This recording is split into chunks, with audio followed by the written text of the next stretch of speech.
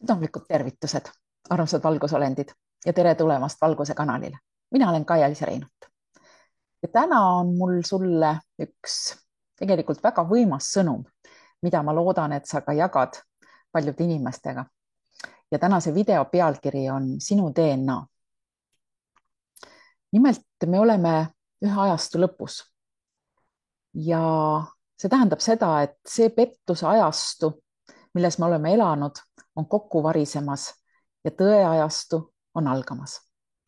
Ja just sellepärast tundub praegu kõik teistmoodi, sest aeg ise hargneb meie ees lahti ja kogu see asi, mida meie oleme pidanud reaalsuseks, on muutumas ja üha rohkem inimesi ärkab ülesse selle suurimale valele, mis eales on räägitud. Ja selleks üheks valeks on nimelt selline asi nagu surm. Surm ei ole pääsetee.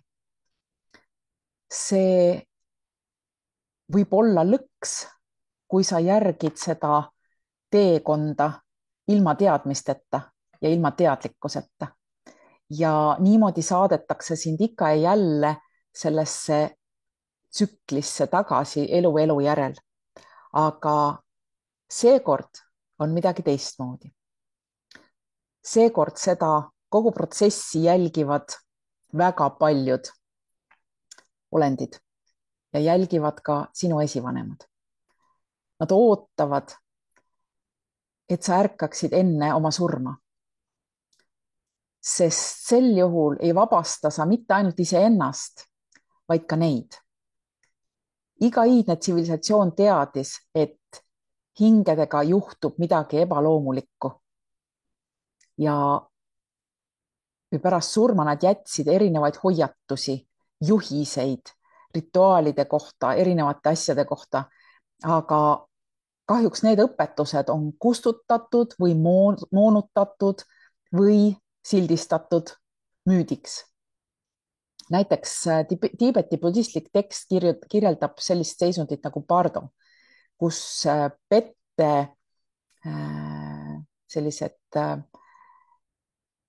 petlikud olendid ilmuvad ja meelitavad hingi tagasi reinkarnatsiooni tsüklisse. Ka Egiptuse surnute raamat nimelt hoiatab vale hauataguse elu eest, kus hingede üle mõistetakse kohut ja saadetakse siis nad korduvalt tagasi. See on tsükkel. Ja ka iidsed tekstid kirjeldavad arhonte, neid olendeid, kes kontrollivad materiaalset maailma ja toituvad inimhingedest, hoides neid illusioonides aheldatuna selles tsüklis. Ja isegi piibel hoiatab meid, et saatan maskeerib ennast valgusingliks ja ilmutab ennast korintlastele. Ja paljud need, kes kirjeldavad surmalähedasi kogemusi, kirjeldavad seda, kuidas neid tõmmatakse sellisesse eredasse sooja valgusesse, kus nendega kohtuvad erinevad teejuhid ja lähedased ja neile antakse valik. Aga tee viib alati tagasi maise reinkarnatsiooni juurde. Aga mis siis, kui see valgus ei ole pääsetee, vaid see valgus on ringlusmehhanism? Mis siis, kui meie esivanemad on põlvkondade vältel selles süsteemis lõksus olnud, oodates kedagi, kes selle tsükli katkestaks? Ja meie senise maailma valitsejad teavad tõde ja on teadnud tõde. Ehk siis see eliit, kes seda maailma kontrollib või on siiani kontrollinud, need, kes annavad võimu salajastele salaorganisatsioonide liikmetele, need, kes manipuleerivad riikide majanduste, valitsuste ja meediaga, teavad seda tõde tegelikult. Ja seepärast hoiavadki nad meid magamas.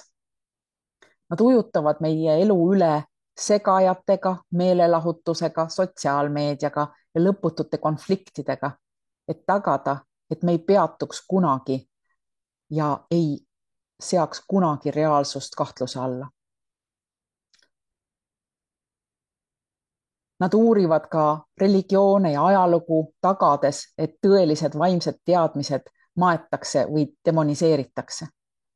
Nad rahastavad teadusprojekte nagu CERN, otsides viise ajaportaalide eksistentsi enda struktuuri kontrollimiseks. Nad teavad, et kui piisavalt inimesi ärkab, siis see vangla puruneb. Ja selle asja võti on meie DNA. Meie DNA on enamat kui lihtsalt geneetiline kood. See on meie sugupuu ülestähendus, kandes endas mälestusi, teadmisi ja vaimseid õppetunde nendelt, kes olid siin maailmas enne meid. Ja niimoodi peteti meie esivanemaid, nii nagu üritati petta meid. Aga tõde on see, et need maailma kontrollijad ei taha, et me teaksime, et nad manipuleerisid inimese DNA-ga, et katkestada meie ühendus jumalikkusega ja jättes meid lõksu madalamasse sagedusse, kus me sündides unustame, kes me oleme. Aga hea uudis on see, et see loor on tõusmas. Me oleme viimases sõjas, mitte ainult rahvaste, vaid ka hingede sõjas. Hingede sõjas, pettuse ajastul, mis on valitsenud tuhandeid aastaid, hoides inimkonda alistumises, teadmatuses ja unustuses. Kuid nüüd on saabumas tõe ajastu.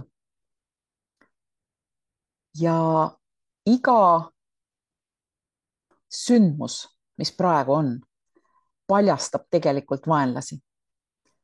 Ja loodetavasti räägivad legendid suurest ärkamisest enne selle tsükli lõppu.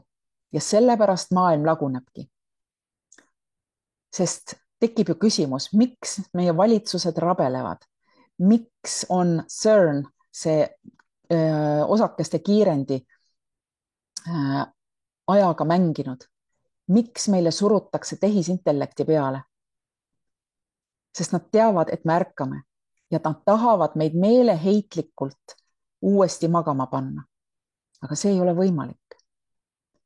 Ja kui sa tahad lõksust pääseda, kui sa tahad oma esivanemaid vabastada, pead sa valmistuma. Ja nüüd, enne kui võib-olla tuleb sinu aeg siit maailmast lahkuda, siis tead sa seda lõksu. Sest kui sa sured teadmatuses, järgid sa valgust ilma seda kahtluse alla seadmata. Ja siinkohal soovitus, ära peatu küsimustega, vaid vaata ringi, nõua endalt, et sa läheksid kaugemale. Kutsu appi see jumalik allikas, mitte valejumalad, mitte selle maailma petturid, kes loovad neid pettusi, vaid kutsu tõelist loojast väljaspool aega ja ruumi ja lükka tagasi see illusioon, mida meile pakutakse. Keeldu igast lepingust, kokkuleppest, igast olendist, kes sind üritab tagasi mingitse tsüklisse meelitada. Sest sinu relv on sinu tahe ja pea meeles, kes sa oled. Sa oled rohkem kui oma keha, rohkem kui oma nimi, rohkem kui oma ametikoht, ammugi. Sa oled igavene olend ja vangla ja piirid toimivad ainult siis, kui sina sellesse usud. Ja kogu sinu esivanemate reas oled sina selles reas viimane, sest tsükkel lõpeb kas sinuga või jätkub põlvkondade kaupa. Ja valik on sinu. Ja lõplik küsimus on see, et kas sa ärkad enne siit maailmast lahkumist? Või kas sulle meeldib see, mis praegu toimub ja sa teed midagi, et ennast sellest vabastada, enne kui sind tagasi ahelatesse juhitakse? Nagu ma ütlesin, valik on sinu, aga aeg saab otsa. Ja kokkuvõtteks võib siis öelda, et see ajastu, kus me praegu oleme, on siis pettuse lõpp ja ärkamise algus. ja see põhjustab reaalsuses erinevaid muutusi ja kasvavat teadlikkust sellest suurest pettusest. Õnneks inimesed ärkavad. Ja nii nagu ma enne ütlesin, ka muistsed tsivilisatsioonid hoiatasid selle ebaloomuliku hingemanipulatsiooni eest pärast surma, kus õpetused valest hauatagusest elust ja nii edasi, mis meelitab hingi tagasi reinkarnatsiooni, kustutatakse või moonutatakse. Ja eliit manipuleerib meie elu erinevate aspektidega, et hoida meid kinni teadmatuses, samal ajal kui teadusprojektid püüavad kontrollida aega ja eksistentsi, kartes laialdase ärkamise tagajärgi. Ja kuidas seda tsüklit murda? Läbi meie teadlikkuse, meie DNA. Sest meie DNA sisaldab mälestusi, vaimseid õppetunde, kuid seda kõike on manipuleeritud, et meid ühendada lahti sellest jumalikkusest ja jättes inimesed lõksu sellesse madalamasse sagedusse. Ja kokkuvõtteks siis, et sellest lõksust pääsemiseks tuleb enne oma siit maailmast lahkumist, on nad teadlik, seada kõik kahtluse alla ja pöörduda otse allika poole ja hüljata kõik katsed meid tsüklisse tagasi meelitada. Sest meie esivanemad loodavad, et meie murravad sellest tsüklist ennast lahti. Kuna inimese tahe on suuril relv vangla illusiooni vastu. Nii et sellise sõnumiga ma täna lõpetan ja kohtume taas Valguse kanalil. Kohtumiseni.